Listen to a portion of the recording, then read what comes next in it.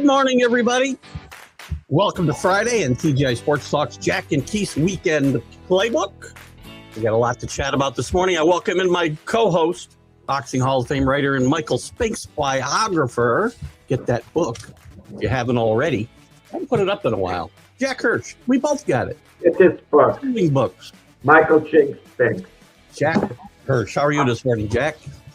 Just as good as I was when I first saw you before the show, Keith. I have no better, no worse. This Jack is consistent. That's what I like. He doesn't change every 10 minutes. So this is why we like Jack. Lots to talk about. We'll get into the NBA playoffs first, a little bit of NHL. We got some NFL news. We got a little bit of baseball news and a couple of passings that we want to get into today. But let's start in the NBA. The Cavs and Pistons played last night. I thought this would be a closer series. It's 2-0 Pistons who seem to have gotten themselves right, or they ran into the right team, because the James Harden story, or the lack of James Harden being a story on a good note, continues in the playoffs. He was, I think, 3 for 13 last night. And Donovan Mitchell, by the way, not setting the world on fire either. This Cavs team's in trouble, and Harden can't seem to get out of his own way. First up, Donovan Mitchell was good, but you need more than good. You need more than good from a guy who's supposed to be a star player. And that's been the problem with Donovan Mitchell. He's usually good, no more than good. Good to very good. You got to be great from time to time. And he just doesn't quite take it up that extra level in the playoffs, even though he's okay. But James Harden, I'm sick of making excuses for him, Keith. There is no excuse. I've been defending him. And let me tell you why I've been defending him, Keith. Because I felt ultimately he would turn it around in the playoffs. And I'm not talking about one big game.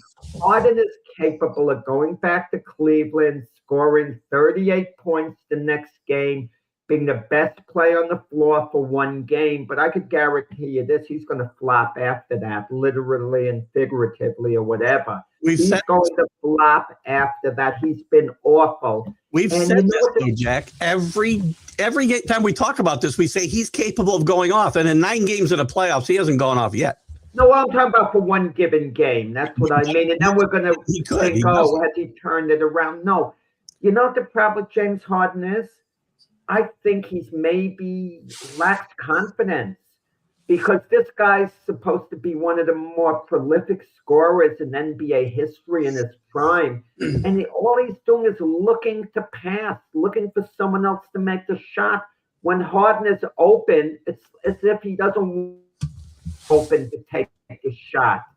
I mean, he just keeps looking to pass the ball, maybe to Strauss to take a shot in the corner.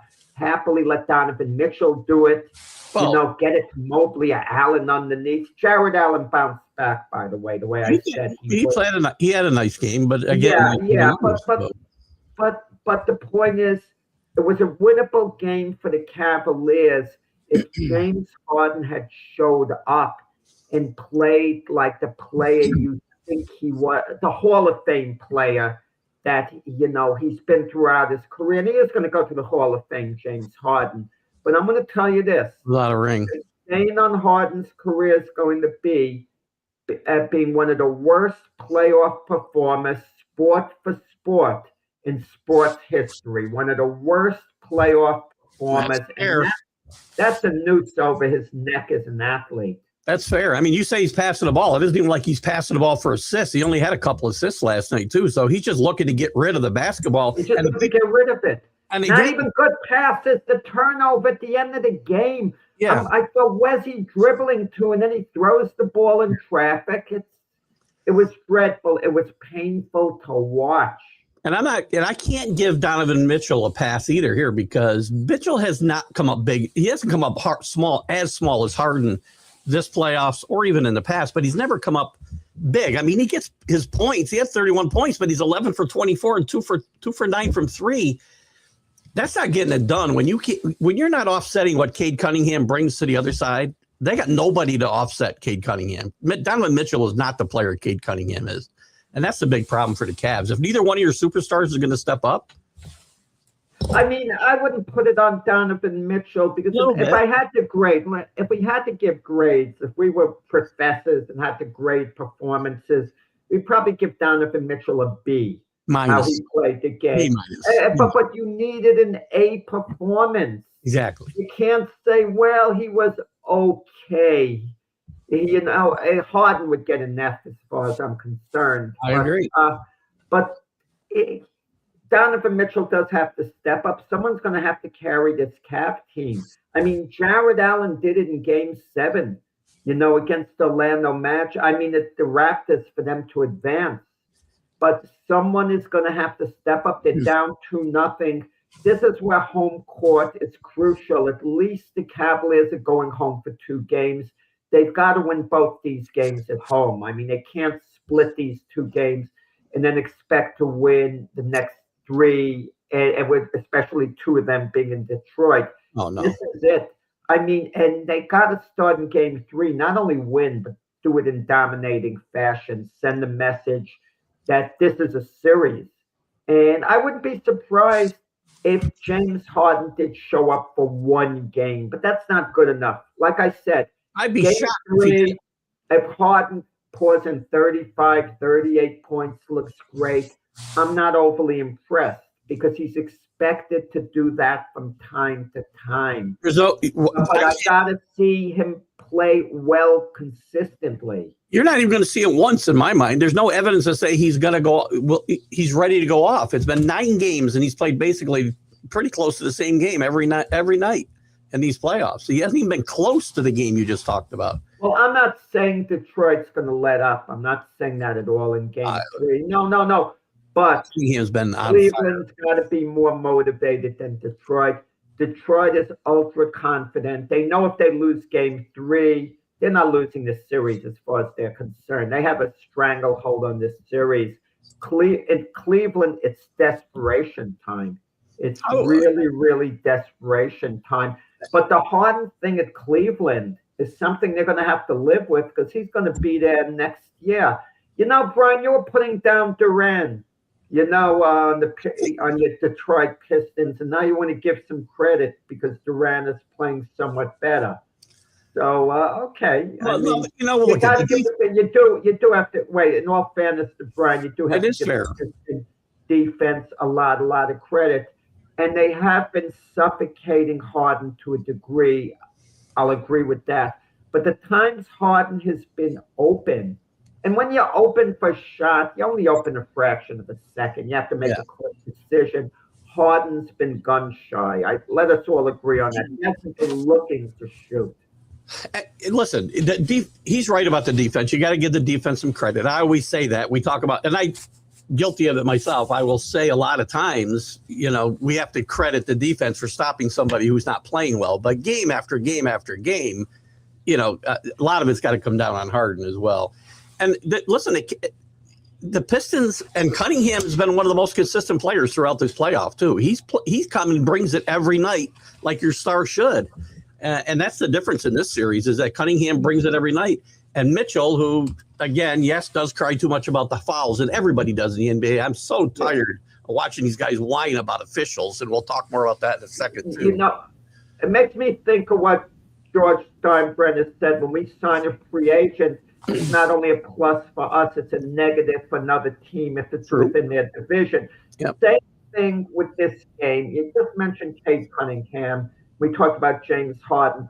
This is all hypothetical. Let's make believe Cade Cunningham played the way James Harden did, and James Harden played the way Cunningham did. Well, the Cavs would be winning. It would be 1-1 now. It'd probably be 2-0 Cavs, probably. Okay, but at least 1-1.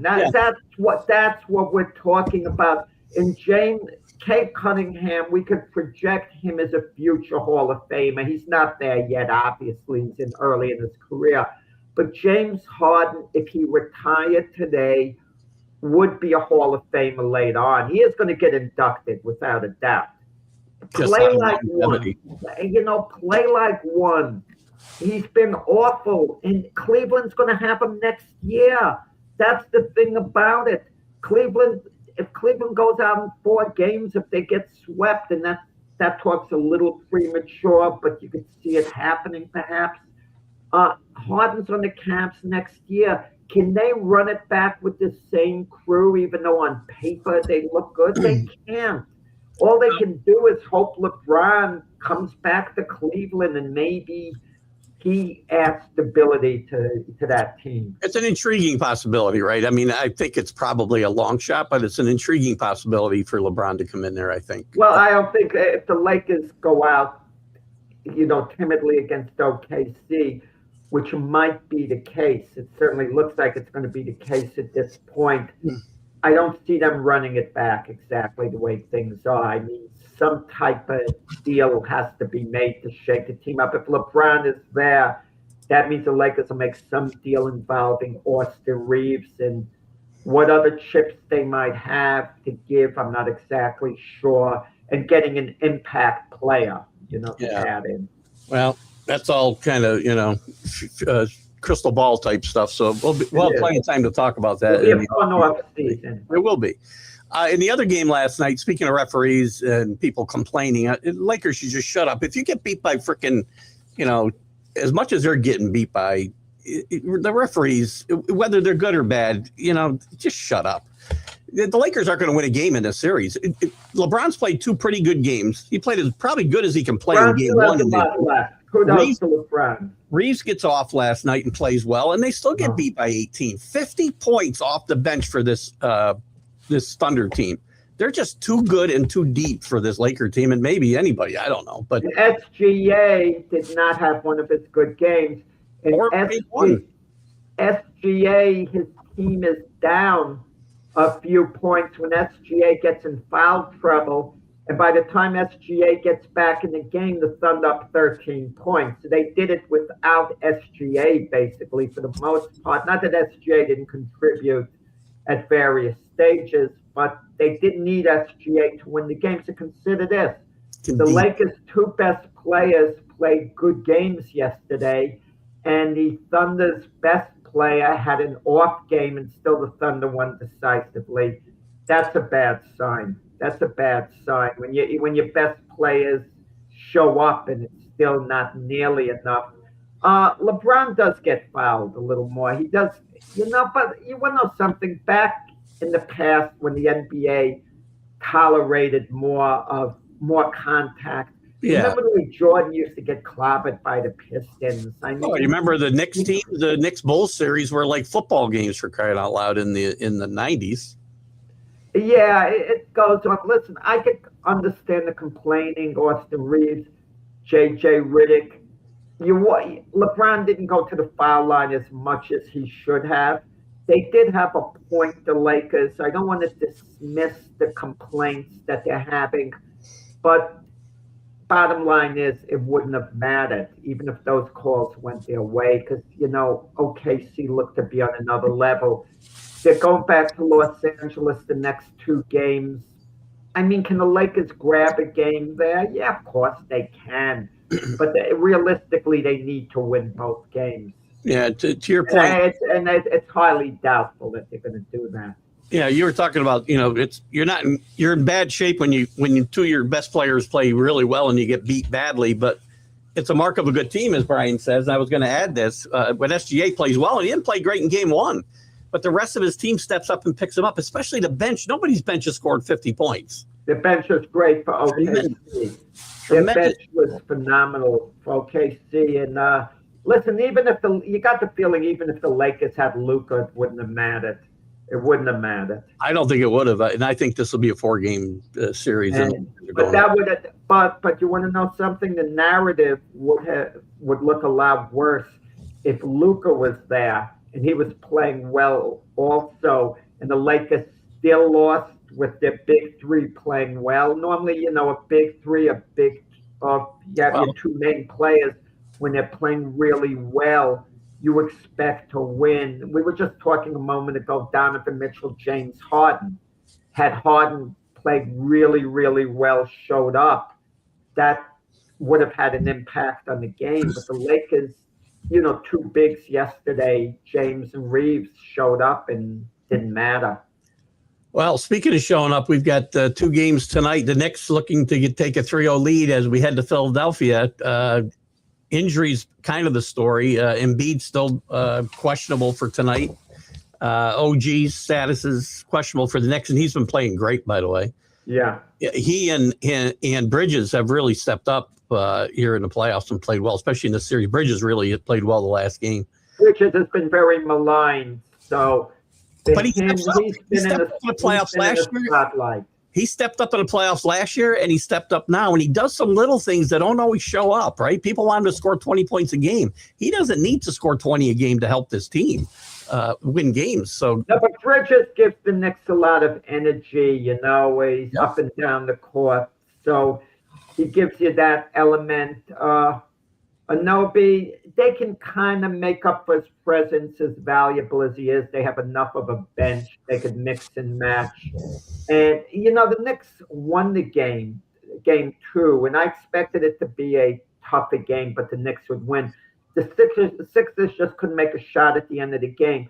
We tend a lot of times to talk about the way teams are playing. A team could actually, Keith, be playing very well, but if they miss their shots, that's all it comes down to, and that's what it came down to in game 2. You're playing well if you're missing shots, though? No. I mean, you're playing well on defense. There's good ball movement. You're getting the open man, but you're getting good looks, but you're just missing the shots. What more can you do? And you gotta make your shots. Like Herm Edwards used to say. What did he say? You gotta play the game. You play the game. Play to win the game. Play to win the game. You gotta make your shots. Yeah, that's all it is. You gotta make your shots. And the Sixers ran out of steam at the end of the game, basically, and didn't make their shots. That was a heck of a game, too. It seemed like 3 points was separating both teams from start till, the last few minutes. Then there was a tiny bit of separation when the Sixers just, missed a ton of shots. To me, the difference in this series, the first game was a blowout, obviously, but still, even in game 2, the Knicks are scoring a ton of points in the paint. There's very little defense. So, a lot of times they drive the basket uncontested through the paint. You saw that in game 1 over and over again, and you saw it again, I think, in game 2. So the Sixers' interior defense has got to get better, or they're not going to beat this Knicks team at all. I mean, this series still could go 6 or 7 games. It could. But I think the Knicks might get out of here in 5. Now, I'd like to see that for them not to have to go from game 7 into right into another series. But any chance the Sixers might have of coming back, having to win 4 the next 5 games, is going to rest on Embiid's shoulders. He's got to come back, and he's got to play basically like a superstar. Is he capable of doing it? Of course he's capable of doing it. He's a great player, but he's been hurt. And can he consistently play these next, few games for the Sixers at a high level?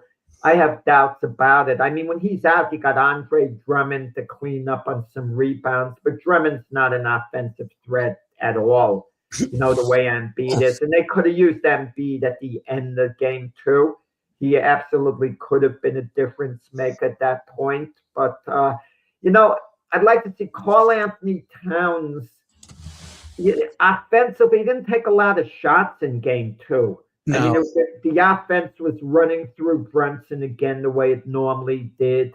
And I think Karl Anthony Towns in Anunoby's absence could pick things up with his outside shooting. Yeah, hey, listen, Anunoby is a much better player than sometimes. When you look at just raw numbers, he's better than the numbers. I talked about this even last Sunday. There's not a lot of guys I would trade Anunoby for in the league. Josh Hart had a needless technical on him in game 2 and was chirping at the refs. And I was, Josh Hart has to be quiet. You could say something to the refs, but him of all players, don't get a technical foul shot. No. Especially in what could be a close game. Josh Hart made some really good plays on defense. Really good plays, forced turnovers. Kudos to him. He played a good game. I'm not the biggest Josh Hart fan per se, even though I know he's a good defender, and I recognize how he sometimes fits, into the flow of the game.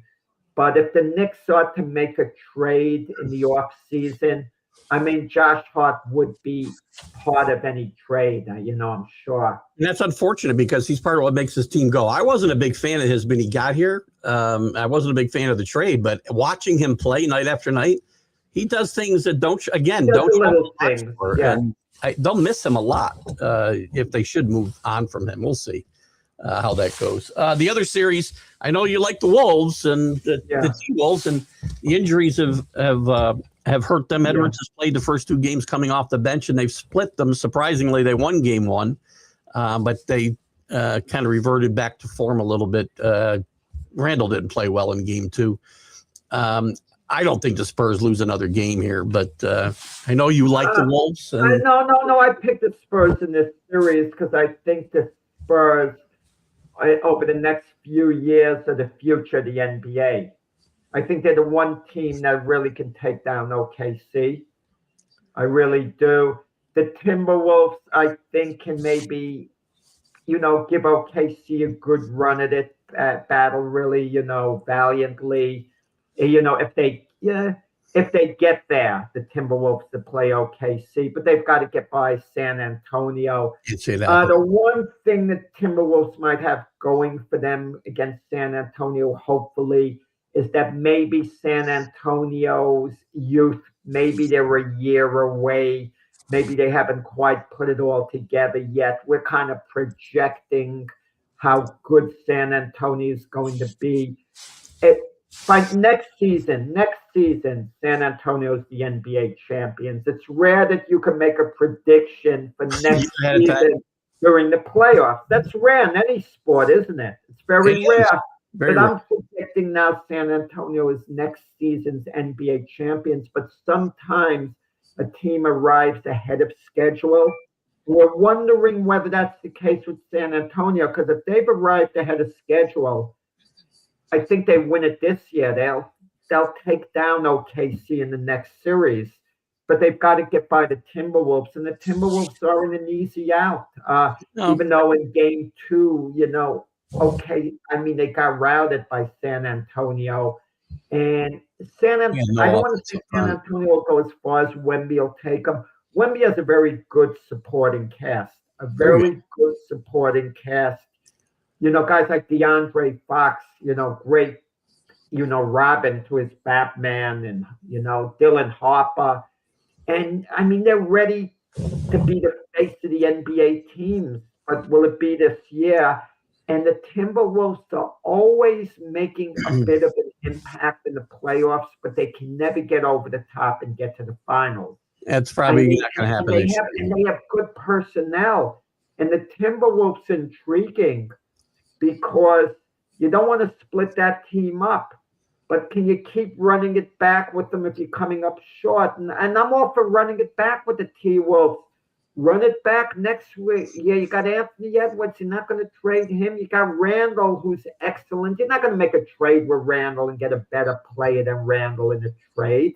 No. Rudy Gobert, run it back with Gobert, and McDaniels, etc. DiVincenzo will be back next year. But are they getting better? If they go out in this series here this year? I can say this team's not as leveled off. They're not progressing. Like the Knicks were getting better and better every single year, which is why I didn't want to break up the team, and I didn't want to fire the coach last year, because they'd gotten better every year and they're moving forward. The Wolves have kind of plateaued, I think, with this group. I think the problems, the other teams have somehow gotten a little better, but sometimes a team could fall back. We have to see with the Wolves how the rest of the series plays out. It's 1-1. If they lose a 7-game series to San Antonio, and San Antonio goes on to win the NBA championship, why would you want to shake the Wolf team up? You run it back. They're on the brink. I mean, look, no better example than the Denver Nuggets. The Denver Nuggets have an NBA championship with Jokic. Outside of that, they've been like the Wolves. They haven't gotten to a finals with this group. Yeah. And you just need one breakthrough with the Wolves. It's frustrating. I think they're a player short. I really do. I think they need to add somebody. How do you get that player? That's without giving up. You're right. Moving Randall's not going to be the answer because you're not going to get value for the value. No, I'll move Randall and a couple of other pieces as long as it's not Anthony Edwards. If I could get Giannis to come to Minnesota and play him with Anthony Edwards. I don't think they have enough. Yeah. Do you think they have enough to get Giannis, Randall, and another player that's not Anthony? No, a couple. Well, what other pieces do they have? Yeah, I don't think those other pieces equal to Giannis myself, but no, I doubt it. He was on the backside of his career. Which is another question in the offseason with Giannis. What team has the pieces to get Giannis without breaking their team up? Very difficult. It's a very difficult deal to pull off. You know, you got to consider Giannis's age and all the other factors. And I just want to say something for all you people out there who thought the Cavs should trade their number 1 overall draft choice this year for Giannis, maybe do business. How are you looking now? Would you trade the Dallas Cooper flag for Giannis? You'd be out of your mind. No, you're giving away 10 years in age, etc. Yeah. No, I would not do that. Not in any event for sure. I mean, if he was, 28 years old, that'd be different, but he's not. You'd still do it? You'd still trade Cooper flag for Giannis if Giannis was 28? No, I wouldn't do it. I said if Giannis was 27 or 28 years old, maybe, but not now. Not once you're past 30. Not doing that. No. Not in a minute. Never. The NHL, the playoffs we're deep into the playoffs there as well. Well into the semifinals. The Hurricanes win last night easily again. They've got a 3-0 lead over the Flyers. Who, speaking of teams, are probably a year away. The Flyers are probably a year away. They probably achieved a bit this year. Hockey's become fun in Philadelphia this year, though. Without a doubt. And I'm sure fans like Pags are happy that they've gotten to this point. It became relevant. Yeah, absolutely. Yeah, they're not going to beat this Hurricanes team. The other series in the East is 1-0 Sabres, and it's a pretty good story. Both teams, Buffalo's been irrelevant for about 15 years, and they've got a really good team in Lindy Ruff's second time around there. And the Canadians have been out of the playoffs the last couple of years. And hockey's, every sport's better when certain teams are good. And the NHL's better when the Canadians are relevant. And nobody in Canada's won a Stanley Cup in 34 years, which is shocking to me. That's your game, Canadian. Yeah, I mean, the magic of certain names of certain franchises disappears over time. In my youth, it was the Montreal Canadiens. They were the team, the franchise led by Jean Beliveau, and Guy Lafleur. Yeah. The Rocket, Maurice Richard, I mean, Ken Dryden, all the legendary players. And it was like their namesake, the Montreal Canadiens, what they meant to the sport. And you had other franchises in football. It was Lombardi's Green Bay Packers. In basketball, the, Red Auerbach Boston Celtics. In baseball, it was my Yankees. And things change over the years, especially in hockey. But the name Montreal Canadiens still has that little bit of magic for us older people, from the past. But you're right, the Canadian teams have become, I don't want to say irrelevant, because you did have the Edmonton Oilers with Gretzky and so on. And that's 40 years ago, Jack. 40 years ago, yeah. But they're Canadian-born players who are playing for the USA team. Yeah. No, that's got to keep that in mind as well. And but the Montreal Buffalo series is interesting. You wonder how good Montreal is. They won a Game 7 against the Tampa Bay Lightning, having only 9 shots on goal. But they had phenomenal goalkeeping on their part. So This feels like the Hurricanes and Avalanche are on a collision course, but anything can happen. I think it'd be good for hockey for Montreal to find a way to get through the semifinals and beat the Hurricanes in the conference final. TV ratings. You want the NHL, the average fan, to tune in, and you want it to be a storied franchise. I mean, I mean, you see that all the time. I mean, we were just talking about the NBA. If it was the Celtics and Lakers in the finals this year, the names would have been magic. Yeah. To get in there. I think the best matchup for TV, to your point, would probably be Montreal and the Avs, right? I mean, I think that'd be the best matchup for anything TV. with Montreal, Montreal Canadiens. And, the one team that's lacking, and I don't know who's been bigger choker come playoff time, and I hate to use that term, but if I have to use it about James Harden, I will.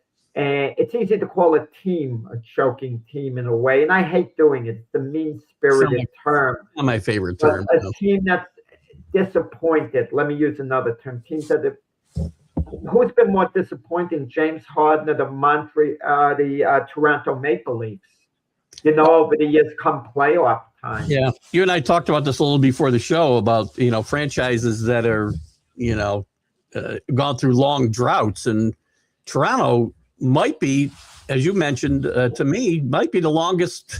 The Leafs disappointed this year, in their regular season. They have, in the NHL draft, they got the number 1 overall pick. And supposedly the player who they're going to pick is a generational talent who could be the next Wayne Gretzky or whatever. And their chances of I'm not sure, was it the ping pong ball or whatever that decided it. The Maple Leafs supposedly had something like maybe a 12% chance of getting the number 1 overall pick, something like that. And everything kind of bounced their way. Like the Knicks folded envelope. Listen, don't ever underestimate the luck of the draw.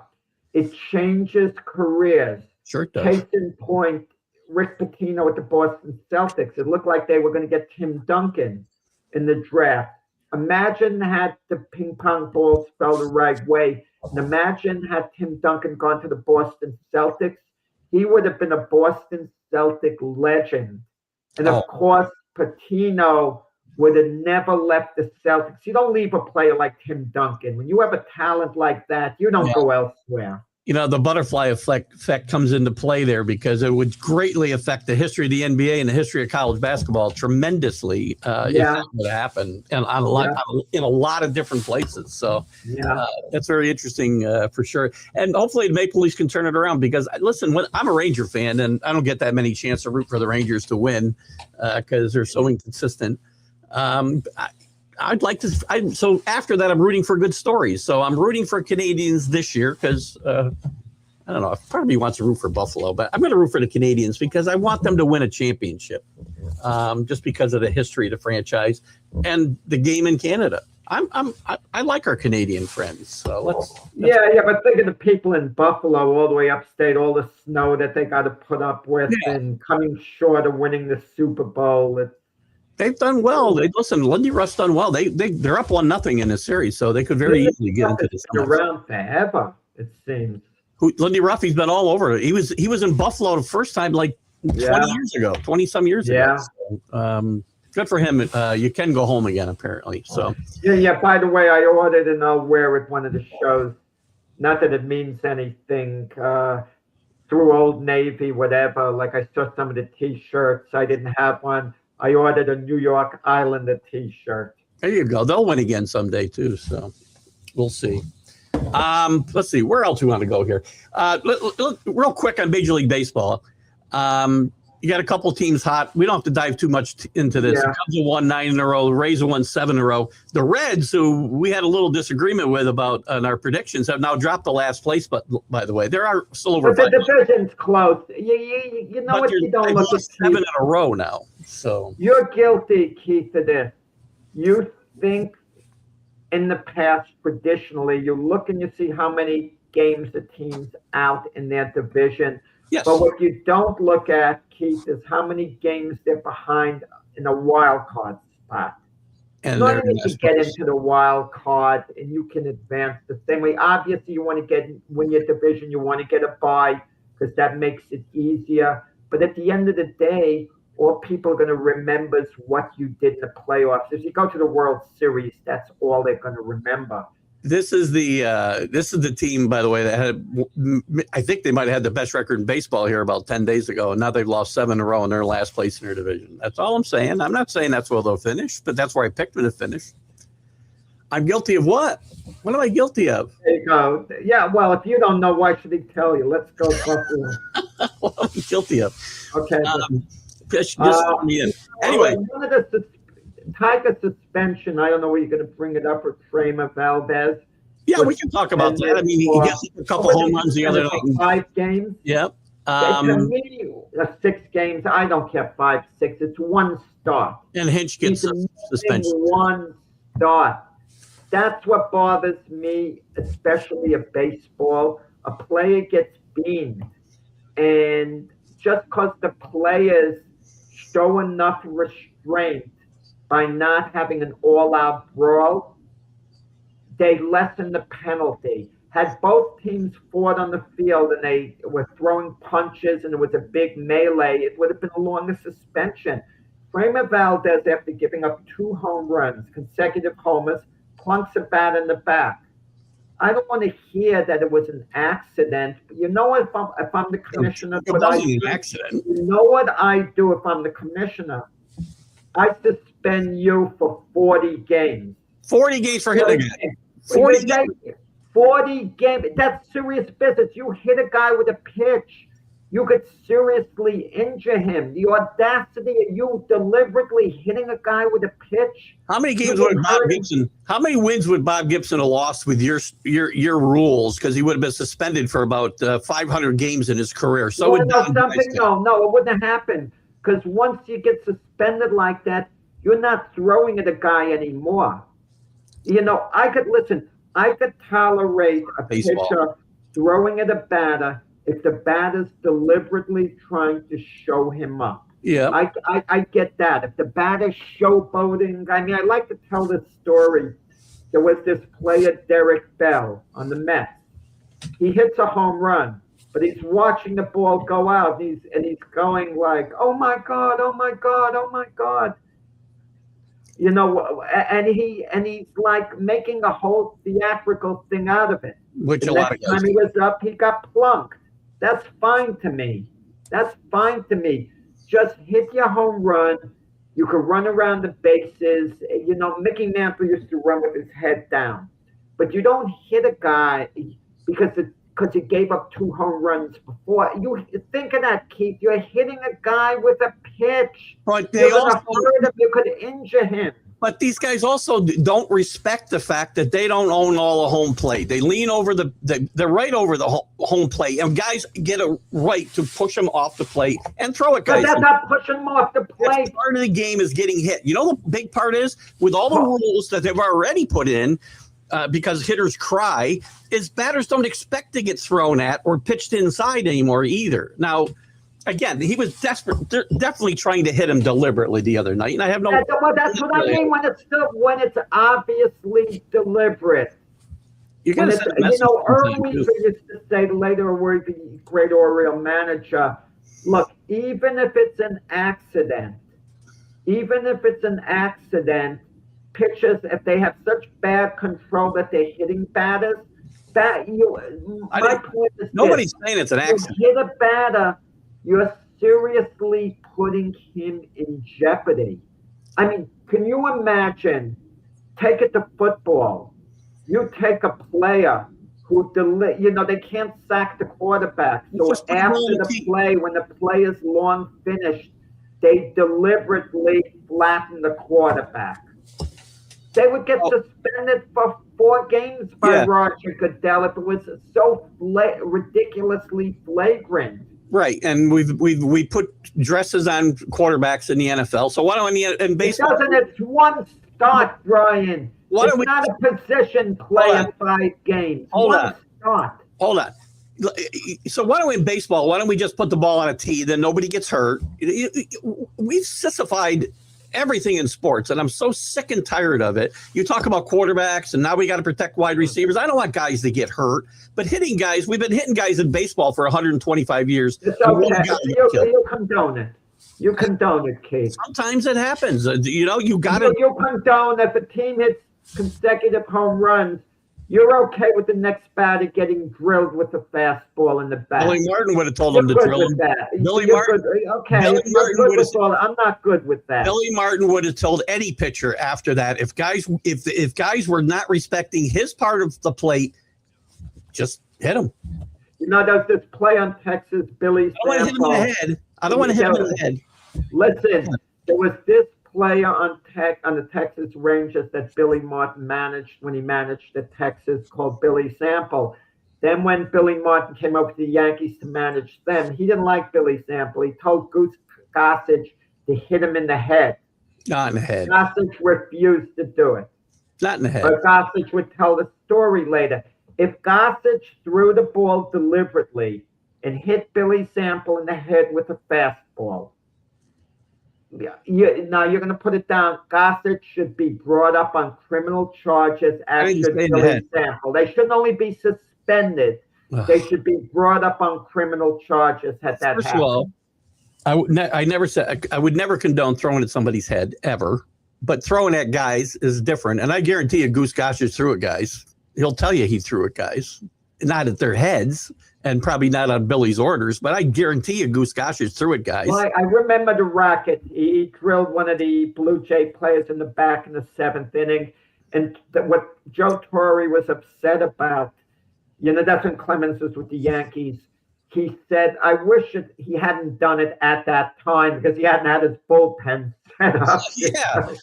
And there was a time, too, one of the Yankees' marginal pitchers, I don't remember his name, a marginal pitcher, they were playing the Angels. Jeter had gotten hit, and the Yankee pitcher hit the Angel player in the head. And that was like, whoa. Never. You know, I know you want to hit, you know, you want to protect your guy, but you don't throw at someone's head. That's the one area you keep away from. But I remember Jeter saying he was protecting me, and I appreciate it. You got to. So, hey, listen, if there's a reason, if you're protecting your teammates because they've been getting hit, I have a degree of tolerance for that, Keith. I really do.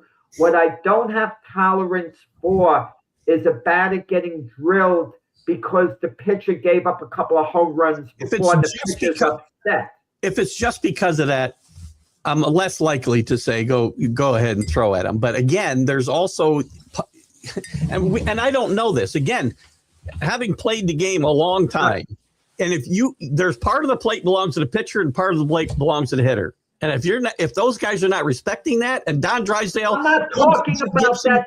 All these guys talk about this. No, I'm not. No, I'm not. I'm saying to you that I don't necessarily disagree if you're throwing at them only because you just gave up 2 home runs. But if those guys are all out there leaning it out over the plate, but Hinch got the Tiger manager, AJ Hinch got suspended for 1 game. Yep. And it surprised me a little bit because Hinch kind of was upset with his own player. He more or less said he didn't like what his player did. He wasn't defending him in any way, shape, or form. That's the rules too, I believe. That the manager gets. Can you imagine a pitcher doesn't? Can you imagine a pitcher doesn't like the manager? He figured, screw it, I want to get him suspended again. Well, it's possible. Yeah, maybe that's the case there. The Tigers also lose Skubal for who knows how long, at least a couple. Oh wow! Like you said on the past show, what a fiasco for the Tigers because Skubal's in its free agent. Yeah, worst case scenario. You can't trade him during the season. You can't get anything back during the season now. And Skubal's going to become a free agent. And the only way Skubal goes back to the Tigers at this point is if the Tigers, at the very least, match what other teams are going to offer him. And someone's stepping forward, injury or not, and Skubal is going to get big money. Worst case. And look out for the New York Yankees in this. Yankees, Mets, and maybe Dodgers even going to be in play. They're going to strike again. But someone, maybe the Phillies, someone is going, Blue Jays. I could go over a bunch of teams. Someone is stepping up at least one team is going to blow Scooble away with a major offer, even coming off this injury. If the Tigers fall out of the race, this is the worst case scenario because, as you said, they can't trade him now, and he's not going to give them anything. They'll get nothing for their $38 million they lost in arbitration. Well, not so much the money they lost. I don't think it was 38 million. It was 30-some million. Yeah, 30, in the low 30s, I think. 30, maybe it was 30. But the point, but that's not the point. Not the money lost this year. It's what they were going to do with Scooble. Either Scooble was going to help them get to the World Series this year, and they were going to keep him, and they were going to ride Scooble out to the end, or they were going to trade him at some point and get some chips in return. And they're getting neither the two now. Terrible scenario for the Detroit Tigers. But you want to know something? Shame on the Tigers. They should have signed Scooble 2-3 years ago to a long-term deal. They didn't have faith in their own guy. They let it get to this point. So this is they why made their own bed. Yeah. That's why, and to your credit, you advocated this quite a while ago as wrapping up. Sometimes it's a little bit, Keith. Sometimes it is risky. You give a guy a long-term deal. You project early. And I'll give a case in point. I was all for the Yankees like 3 years ago, signing Anthony Volpe to one of those 12-year deals. Give him 13 million a year, because as time goes by, that's going to be a bargain if he's your shortstop of the future. And now with Anthony Volpe, or we could say he might be the Yankees' shortstop of the future, or he might not pan out. In other words, the jury is, out on Volpe right now. That's way out now. No, don't give up. Don't give up on him, Keith. No, give up on Anthony Volpe. He's not ready to play anyway. So, I mean, he hasn't, Well, they don't know because Caballero's playing well at shortstop. If Caballero wasn't playing well, they would have brought Volpe back up. The worst thing that could have happened to Volpe was to bring him up now when he isn't even ready, him play poorly, and then the team starts to play poorly. You don't want to say that he's not ready. They wouldn't bring him up unless he was ready. But if he played poorly, the fans would be all over him. Well, this was my point. You didn't let me finish my point. Was that the worst thing could happen? It was he wouldn't play well. The team would now not play as well as you're playing now, and everybody turns on him. The press, the fans, and that's what happened last year. And why do fan bases like to? The Yankee fan base has been guilty of this. They like to point to one player or one person. It could be the manager or one whoever for their ills. Like someone has always got to get blamed.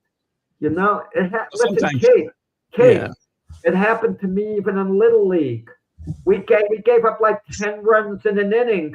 I dropped one ball at first base. I made a clear error at the end that would have ended the torturous inning and allowed the torturous inning to continue a little while. And we get back to the dugout and we asked what went wrong, and the pitcher pointed. It's his fault, pointing to me at first base. So we gave up. We would have 10 runs instead of 8. Jack, you keep going further and fast. I know. I further back in time in your life. We're gonna be talking about the Civil War pretty soon with you and how you got out of Gettysburg alive. How I was reincarnated, in the past life. Yeah. That's Doc Semendinger's thing. He's written, on our network. He's written books on the Civil War. We'll bring Volpe back out of his slump just so Keith has something to say. Listen, I've got nothing bad to say about Boone. You're not complaining about Boone, are you? Not this week. No, not this week. Not last week. You're waiting for Boone. You're waiting for the Yankees to lose a few games. I know you're not rooting for them because you're Yankees. No, I will not. I always want to be wrong. When they do, it's going to be Boone's fault in your book. You're going to put the blame on Boone. I'm not setting him up for failure. No, if there's somebody else to blame, then I'll blame them or blame nobody, because sometimes things just happen, right? As you said before, there isn't always blame to go around. In life, we always want to point a finger at somebody for everything, but some things just happen. If he's to blame for something, then I'll blame him. But he's done well this year. This team is tied for the best record in baseball without who've been their best pitcher. Colin Rondon. I kind of wonder how a Yankee rotation would be set up. Can you imagine everyone is healthy and you have a playoff scenario? I mean, Max Fried has to be given the aces role, established pitcher. 100%. The way Schlitter's pitching, I would put him ahead of Cole and Rondon in the rotation. He's been so amazing, Schlitter, and it's not a fluke. I think Schlitter's here to stay as an impact pitcher. Where you sit in the rotation doesn't necessarily matter till you get to the playoffs anyway. Where Cole has a reputation, and Cole has been a great leader on the Yankees as well, but he's been hurt. If everything stays as it is today with the guys that are healthy and Cole comes along and pitches anywhere as close to where Cole was, I can see him starting game 3 in a playoff series. Yes. Which isn't bad, because if it's a 7-game series, your third game starts game 7. Yeah. So that's pretty prestigious. It is pretty good. So I'm happy that they listen, we're getting way ahead of ourselves. Jack, that could be, Danny. I wasn't thinking Abraham Lincoln, Danny, but that's a good one. Yeah. Before we move off the Yankees, just a quick note. Spencer Jones will make his MLB debut tonight. Gets called up with the injury to Dominguez yesterday. Yankees need a spark in that outfield. Dominguez going on the injured, he's worked hard. I mean, trying to making a great defensive play, crashing into the fence. And sometimes you wonder what players are thinking. They get hurt and they think, was it worth making that extra little effort? But you got to do it. Listen, Aaron Judge is the Yankees' most valuable commodity. We agree on that. Far and away. Not even close. Not even remotely close. Not even a conversation. Pitchers, position players. Nope. Do you want to see Aaron Judge stretching out, diving for balls, leaping by a fence, potentially running into it? You do and you don't want to see that. On one end, you want the complete player to give 100%, but there are risks involved. And look, Judge got hurt against the Dodgers, Los Angeles, but it was the makeup of the fence, that had something to do with it. And in the case of Dominguez, you wonder sometimes, is it worth making that extra little effort? Yeah, you got to make it. I understand that. But look at the results of it. The Judge has done a better job, I think, the last few years of, protecting himself in that without not hustling and not trying to make those plays. But I think he knows that, you got to take better care and not be as reckless. You don't want a ball hit down the right field line and Judge potentially crashing into the wall there. It all depends on Judge, look, if the ball is down the line, let it bounce there. Look, if it's the game on the line, it's extra innings. You're on the road, get 2 outs, and the catch keeps the game going. That's one thing. Otherwise, maybe, just protect yourself in a certain sense. I get that. If you're Aaron Judge, if you're someone like Trent Grisham, or maybe even Dominguez, you go for the ball. I'd like to see Trent Grisham run into a wall right now, by the way, because I don't know how much longer. That's why I'm interested to see what Spencer Jones can do here at the major league level, because the Yankees need a spark in that outfield. They can't keep sending Grisham out there. He cleared the bases with a double yesterday. Yeah, got himself all the way up to 180, going 3 for 5 yesterday. There are 2 players I want to see in a Yankee uniform. I've always wanted to see him in a Yankee uniform. It's crazy. And someday get them. Mike Trout, and who's no longer the Mike Trout of old, but he's still good. And Brian Buxton. For some reason, I've had this thing about seeing these guys in the Yankee uniform. Buxton in center field. Would you trade one of your pieces? Would you trade Spencer Jones and Grisham for Buxton? No, because he can't stay healthy. He doesn't. He plays about half the season. He's a great player when he plays, but he doesn't play enough. At some point, they might be healthy for season. Might be. Might turn around. I might reverse my age and become 30 again.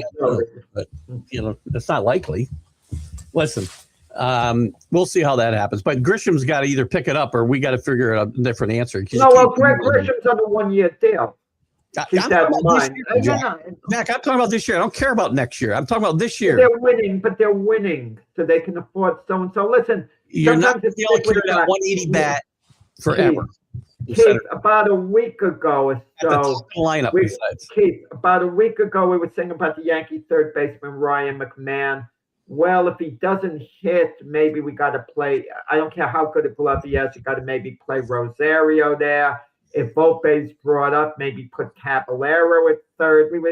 And now McMahon's starting to hit. Yeah, he's starting to actually hit.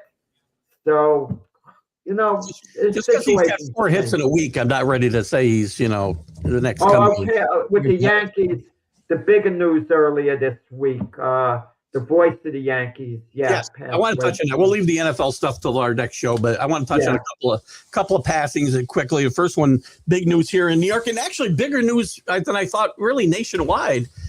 John Sterling, longtime Yankee play-by-play guy on the radio, passed away this week at 87, I think. Is that right? I think it was 87 or 88. Also had a long, and interesting enough, because Ted Turner is another guy I want to chat about for a second. He started out in his baseball career with the Braves when Ted Turner owned the Braves. And then he came to the Yankees. His lifelong job, dreamed was to be a Yankee announcer. Love him or hate him, I wasn't a big John Sterling. We have different opinions on John Sterling for different reasons. I didn't care for John Sterling, the play-by-play guy on the radio, because I felt like he was doing TV. I never knew what was going on. He did, but I didn't. And I like baseball on the radio, and I never cared for John Sterling and his approach. He was a character. A lot of people like the colorful catchphrases and, the Yankees win and all that stuff. But, for as far as calling a game, I wasn't a big fan. A lot of people were. And a lot of people came out of the woodwork this week to express what they thought about John Sterling. Great career. Our thoughts go out to his family. But, again, I wasn't a big fan of his work on the game by game or play calling. You have a different opinion of John Sterling. Yeah, I have my opinion twofold. Going back in the 70s, okay, John Sterling had a talk show, and John Sterling, he was incredibly rude to people. Incredibly. He was awful the way he conducted himself, because John Sterling was looking to advance his career. Sure. And he'd always say things that could benefit him. If a caller called up in a certain way, I just stopped listening to him. I couldn't take him. And believe me, I have a lot of tolerance. For example, take a Mike Francesa, very condescending. Awful. And I don't think Francesa's this nice, wonderful guy listening to him on the air, but I can at least tolerate him, okay? And sometimes even enjoy his work. Sterling was awful as far as I'm concerned. The worst by far talk show host I ever saw in a league of his own, not bad, And he was a knowledgeable guy. I hated John Sterling, that version of him. I thought he was a lousy person back in the day. Lousy. He maybe evolved into a wonderful person, and apparently a lot of people liked him, a lot of people valued him, which is fine, and maybe justifiably so. As a broadcaster, I'm glad I was able to distinguish it. I love John Sterling on the Yankee broadcast. And he did too. I had a different view completely. I loved listening to John Sterling. He made me feel like I wanted to sit next to him during a ball game. That's how good he was to me. Well, so you have to be able to compartmentalize. And as much as I detested John Sterling as an individual when he did his talk show, I loved him when he was a Yankee broadcaster. Yeah. Absolutely loved it. The guy was great. He was a Yankee ambassador for decades. So, kudos to him. My own personal opinion about the way he called games doesn't really reflect on what I think of John Sterling, the person. He made me enjoy the game. Well, he was an enjoyable listen, but I couldn't tell what was going on in the game. I didn't like the way he called the game. I didn't care, even though I could tell, even though I thought he was efficient. He was not just fun to listen to. He made me feel like I was sitting next to a friend when I'd listening to Yankee games. He made me feel like I was at the game listening to him on radio. That's how good he was. That part of John Sterling's personality, I did like to listen to, right? Yeah. It's just the nuts and bolts of doing the game I didn't care for, because I'd watch highlights the next day and think I listened to a totally different game the night before listening to him. So again, it's just a matter of taste. Danny out in California thinks he's one of the best radio baseball announcer, to me, that I ever heard. Great voice, and I didn't mind the Sterlingisms, right? That he it was fun. It was always fun. It was really the nuts and bolts of doing the game. But anyway, our condolences to his family. And real quick, Ted Turner passed away this week as well. And this is a guy who's been ingrained in sports and general culture of this country for the last at least 5 decades, really. Winning America's Cup as a yachtsman, buying the Braves, being a manager for one game, creating this whole media empire. And WCW wrestling. WCW wrestling. I was surprised to hear you comment on that. I didn't know you were a big wrestling fan, Jack. But Ted Turner passed away. And listen, he was an important figure in Major League Baseball, owning the Braves for over 2 decades, and the Braves had a lot of great success while he was the owner there. He managed the game, but he wasn't a meddling owner, I don't think. All in all, he wasn't a meddling owner. He was on the, but you got the feeling with sports, Ted Turner liked sports but didn't love it. It was part of his businesses. Yeah, but he liked it. He wanted to win. He enjoyed the atmosphere. And celebrate with the team sometimes, run out of the stands. So he was I guess. He was definitely a high profile owner, but a popular owner. He wasn't detested by the fan base at any point. Some other owners have been. He also changed the landscape of baseball on television, basically, with the Superstation. And they had them and WGN in Chicago, where I could watch those games when I couldn't get any other Yankee baseball at the time. So it was a lot of fun. So our thoughts and prayers go out to his family as well. Jack, anything you want to add? Any boxing news real quick? We're a little over, but. Boxing news. We had Anthony Joshua's last opponent on Glove Fist. There's a big heavyweight fight tomorrow. Fabio Wardley against Daniel Dubois for, one of the sanctioning body belts.